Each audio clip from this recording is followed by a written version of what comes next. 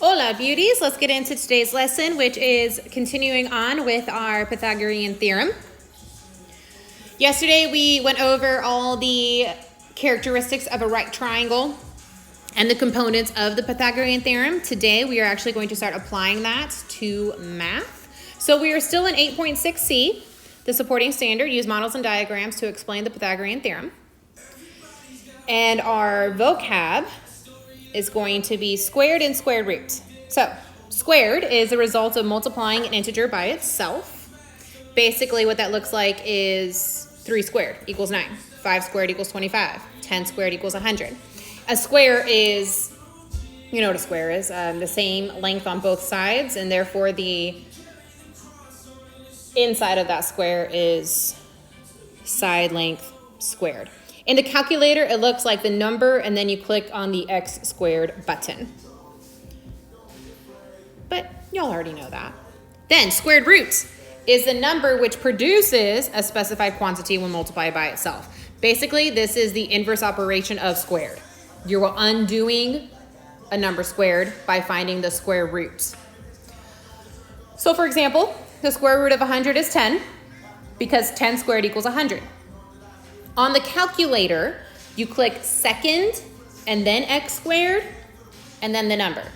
Because if you notice, guys, on the calculator, x squared and then the inverse operation of squared is on that same button, x squared. I feel like math makes it easy for you and the calculator makes it easier for you. They undo each other. And of course, we're still going to use all the vocab we learned yesterday: hypotenuse, legs, Pythag, right triangle, right angle, etc. All right, flip to page 3. Let's get it going. All right, Pythagorean theorem. First, we always like to find our right angle to identify across from it, so we know what the hypotenuse is. So I know that this is going to be leg C. Then I have my A and B are the two that are touching the right angle, right? And if you don't remember what a right angle is, it has this symbol, which I know makes it 90 degrees, right angle.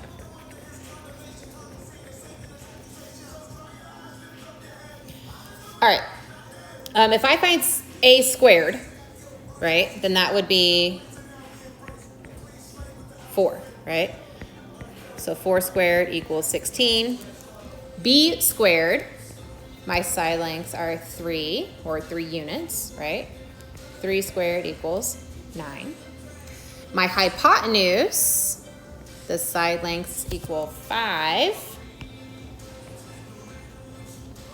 Therefore, my hypotenuse length is 25. So now if I put this all together, oh, I seem to have mislabeled it. So here is B squared plus A squared equals C squared. B squared we knew to be 9 units. A squared we know to be 16 units. And we do know that 9 plus 16 does equal 25, right?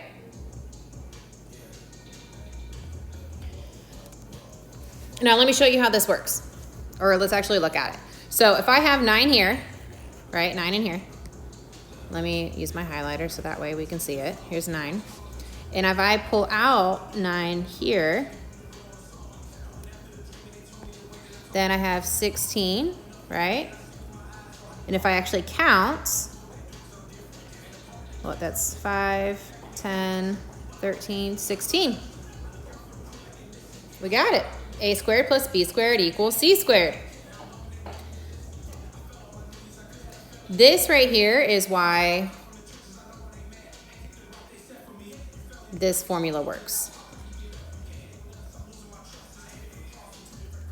So, to put it in words, the area of the squares off of the side lengths, A and B, will always add up to equal the area of the square off the side. So here's another one. Let's try this again. Here's my right angle, so I know that's my hypotenuse. So I know that this has to be C, and I'm gonna label this A and B. A is 6 by 6, so 6 squared equals 36. B is 8 by 8, and I know 8 squared equals 64. C is 10 by 10, and I know 10 squared equals 100. So now putting it all together in my lovely formula, I have A squared plus B squared should equal C squared. So that is 6 squared plus 8 squared equals 10 squared. 36 plus 64 should equal 100. And yes, 100 does equal 100. There we go. That's it, guys. That's the whole shebang. Okay, let's just do a scotch more. So go to the top of page 4. The diagram shows 3 squares joined at the vertices to form a right angle. Which statement is true? So what we just did was A squared plus B squared equals C squared.